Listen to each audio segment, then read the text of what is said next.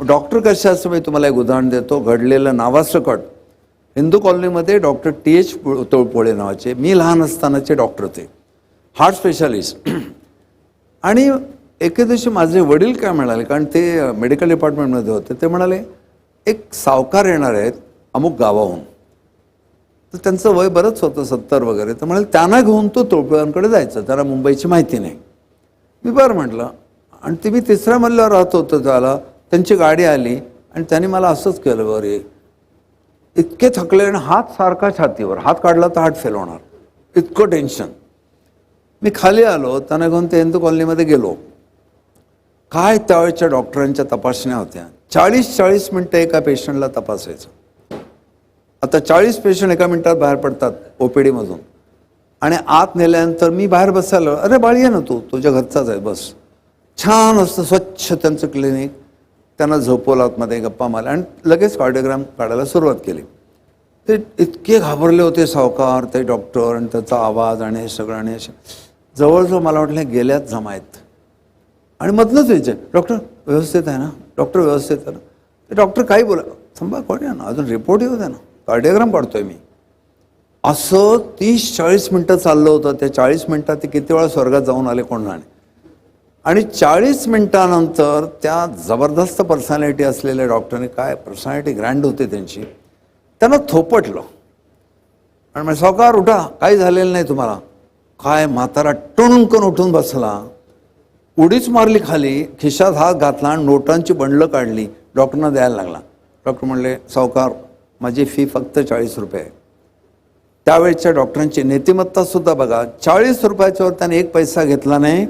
स्वतः 80-80 वर्षे डॉक्टर एकदम निरोगी आयुष्य जगले, कारण मनामध्ये बिलकुल पाप नाही. जे तोडराशीवर मी वर्णन केलं, त्या तोडराशीच्या डॉक्टरांकडे पेशंट विश्वासाने जातो. वृश्चिकवाला डॉक्टर प्रेम करणार नाही तुमच्यावर असं नाही, पण तो जर म्हणाला थोडी ओळख असेल, लिबर्टी घेतली, आता बटाटा खाल्ला तर मराला, माझ्याकडे येऊ नका परत, तर पेशंट अर्धा मेला होऊन जाईल तिकडे. ह्यासाठी ॲडव्हायझरी काम करणारे लोक, कन्सल्टन्सी सर्व्हिसेस असणाऱ्या लोकांनी वृश्चिक राशी त्यांची असू नये.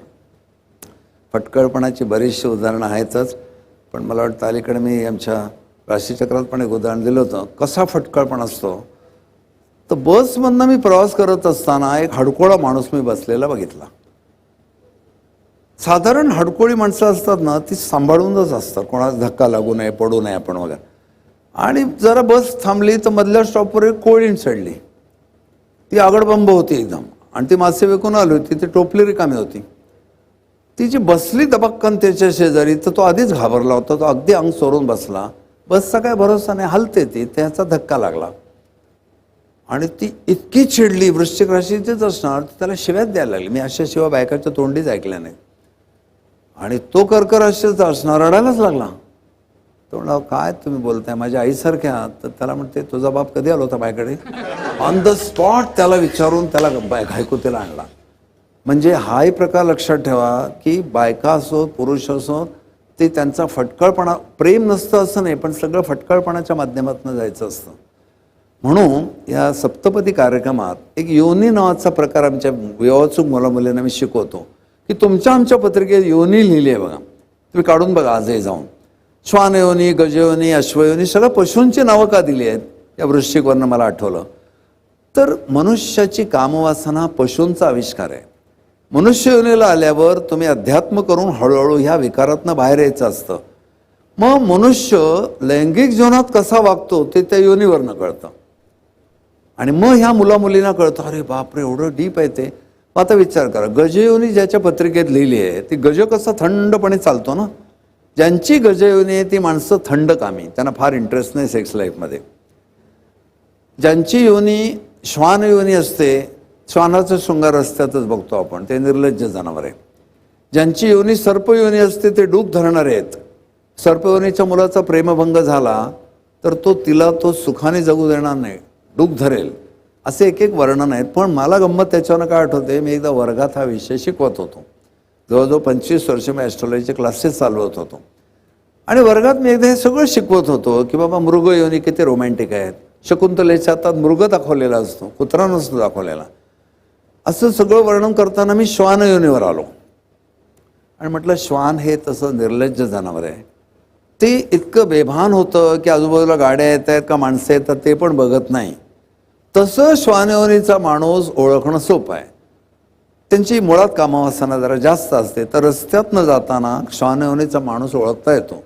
तो बायकोबरोबर सरळ चालत नाही, तिचा गालगुच्चाच घेतो, कमरेतच हात घालतो एकदम. आता घर नाही का तुम्हाला, आणि ती पण श्वानयोनीची असेल तर मग तुम्ही डोळेच मिटून घेता. असं मी शिकवलं. आणि हे आमचा शहाणा पोरगा बसमधनं कुठेतरी चालला होता, ते एक जोडपं चाळा करत होतं, तर हा ओरडला श्वान श्वान म्हणून. अरे म्हटलं तू मार खाल्ला असता. तो म्हणला नाही, तुम्ही शिकवलं तसेच वागत होतं, मी शिकवलं काय त्यांना ते.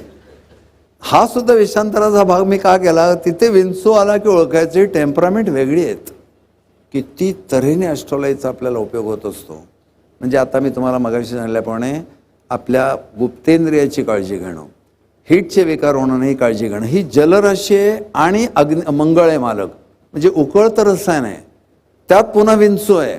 मी जर तुम्हाला सांगितलं चला माझ्यावर कुठे आपण जाऊया, तिथे एक नदी आहे, पाणी अगदी उकळतंय, विंचू पण आहेत पाण्यात, तर तुम्ही आंघोळ करा, काय प्रॉब्लेम नाही. तर म्हणजे तुम्ही आधी करा मग आम्ही करू. मग उकळत्या पाण्यात विंचू पोहत आहेत हे चित्र समोर आणा आणि वृश्चिकेकडे बघा. म्हणजे या 5 गोष्टींना खुलासा होतो. हे मस्त बेधुंद अशी राशी आहे. मिलिटरी ऑफिसरना वगैरे, बॉर्डरवर असणाऱ्या सोल्जर्सना वगैरे फार चांगली आहे. मिथुनेच्या मुलाने किंवा मुलींनी वृश्चिकवाल्याशी लग्न करू नये. कारण का, तर ती कशी बोलकी स्मार्ट राशी आहे, आणि हे कसे आहेत नांगी काढणारे, ह्यावरनं तुमच्या लक्षात येतं यांचा षडाष्टक होतो. वृश्चिकेच्या लोकांनी कधीही वेश्यागमन करू नये. इतरांनी पण करू नयेच, पण वृश्चिकवाल्याने अजिबात करू नये. बारीकशा कॉन्टॅक्टने त्यांना एड्स वगैरे होण्याचा संभव असतो, कारण ती जलराशी आहे आणि जखमा चिडचिडणं. इतकं मेडिकल ॲस्ट्रॉलॉजी सखोल विचार करतं. आणि जनरल विचाराल तर कन्या राशीच्या लोकांनी जसा केव्हाही पाचू वापरावं, त्यांचं मन शांत होतं, तसं वृश्चिकवाल्यांनी एक मोती वापरावा नेहमी. त्याला बसरा मोती म्हणतात. वाटेल तो मोती वापरायचा नाही. स्वाती नक्षत्राचा पाऊस ज्या शिंपल्यात जाऊन मोती तयार होतो तो खरा मोती, बसरा मोती. तो चांदीत बसवला तर त्याची लवकर रिझल्ट येतात, कारण melting point of the metal and specific gravity of gem हे ॲडजस्ट करायला लागतं. मग तो चांदीत बसून मोती जर आपण बसवला, मग ह्याच बोटात का बसवायचा. तिथे पण मला वृश्चिकेची गंमत आठवते. एक ज्योतिषी वृश्चिक राशीवाला, त्याच्याकडे गेला माणूस, आणि त्या ज्योतिषाने त्याला सांगितलं की ही पुष्कराज तुम्ही या बोटात घालायचा. तर सहज म्हणाला, काय बोटं सगळे सारखे, बाई याच बोटात कशाला घालायचा. तो वृश्चिकवाला किती फटकळ बघा. तो म्हणला तुम्ही काय करता. तर मी शाळा मास्तर आहे. वर्गात कुठल्या बोटाने मुलाला उठवता. देशपांडे ओट म्हणता ना, सगळी बोटं सारखी आहेत. देशपांडे ओट असं का नाही म्हणा. तिथल्या तिथे तरी त्याला रोको करून टाकलं. जाता जाता ही मंडळी अशा मजा करत असतात. तर प्रत्येक बोटाला एक वाहिनी आहे. मग मोत्यातनं येणारा नारिंगी रंग ह्या वाहिनीतनं चांगला जातो, आणि तो मोती वापरल्यावर शांतपणा येतो, थंडपणा येतो, हीट कमी होते. बऱ्याच वृश्चिकवालीची तोंड येतात, हीट वाढते, मगाशी सांगितलं नाना प्रकारचे त्रास होतात, डिलिव्हरीच्या वेळी प्रचंड त्रास होऊ शकतो. हे सगळे त्रास त्या मोत्याने कमी होऊ शकतात. जाता आता मुद्दाम मी जरा रत्न हा विषयाला स्पर्श केला. काही लोक वृश्चिकवाले आम्ही कोणत्या देवताची उपासना करावी. असं कसं असेल की तुम्ही सांगून तुम्ही उपासना करणं. सगळी मुलं बसले आणि हिने विचारलं कुठल्या मुलावर प्रेम करू मी. तुला कोण आवडतो बघ ना तू. मग हल्लीच्या मुली काय म्हणतात, क्लिक व्हायला पाहिजे. तुला क्लिक कुठला देव होतो. कोणाला जगदंबेचं सौंदर्य आवडतं, कोणाला दत्तप्रभूंची संन्यस्त वृत्ती आवडते, कोणाला श्रीकृष्णांचा खेळकर पण आवडतो. तुम्हाला जे आवडतं त्या देवतेची उपासना करा. सगळे देव एक आहे, सगळी शक्ती एक आहे. मधले उल्लेख केला होता मी एका एपिसोडमध्ये. गिझरमधनं गेली की ती वीज महाकाली होते, AC मधून गेली की शांतादुर्गा होते. म्हणून त्या देवतांमध्ये फरक नाही, मूळ शक्ती ती वीज एक आहे. वृश्चिकेच्या लोकांनी आपली शक्ती विधायक गोष्टीकडे खर्च करावी, विघातक नको. तेव्हा मिलिटरी ऑफिसर, पोलीस ऑफिसर वगैरे या सगळ्यांना ही राशी फार उत्तम आहे. वृश्चिकेच्या लोकांनी थोडा थंडपणा ठेवावा, सूडबुद्धी वगैरे ठेवू नये, आणि मग त्या शक्तीचे त्यांना खूप अनुभव येतील. असे अनुभव सगळ्या वृश्चिकवाल्यांना येऊन दे अशी मी दत्तप्रभूंना प्रार्थना करतो. आणि इथे वृश्चिक राशी तात्पुरती थांबूया आपण.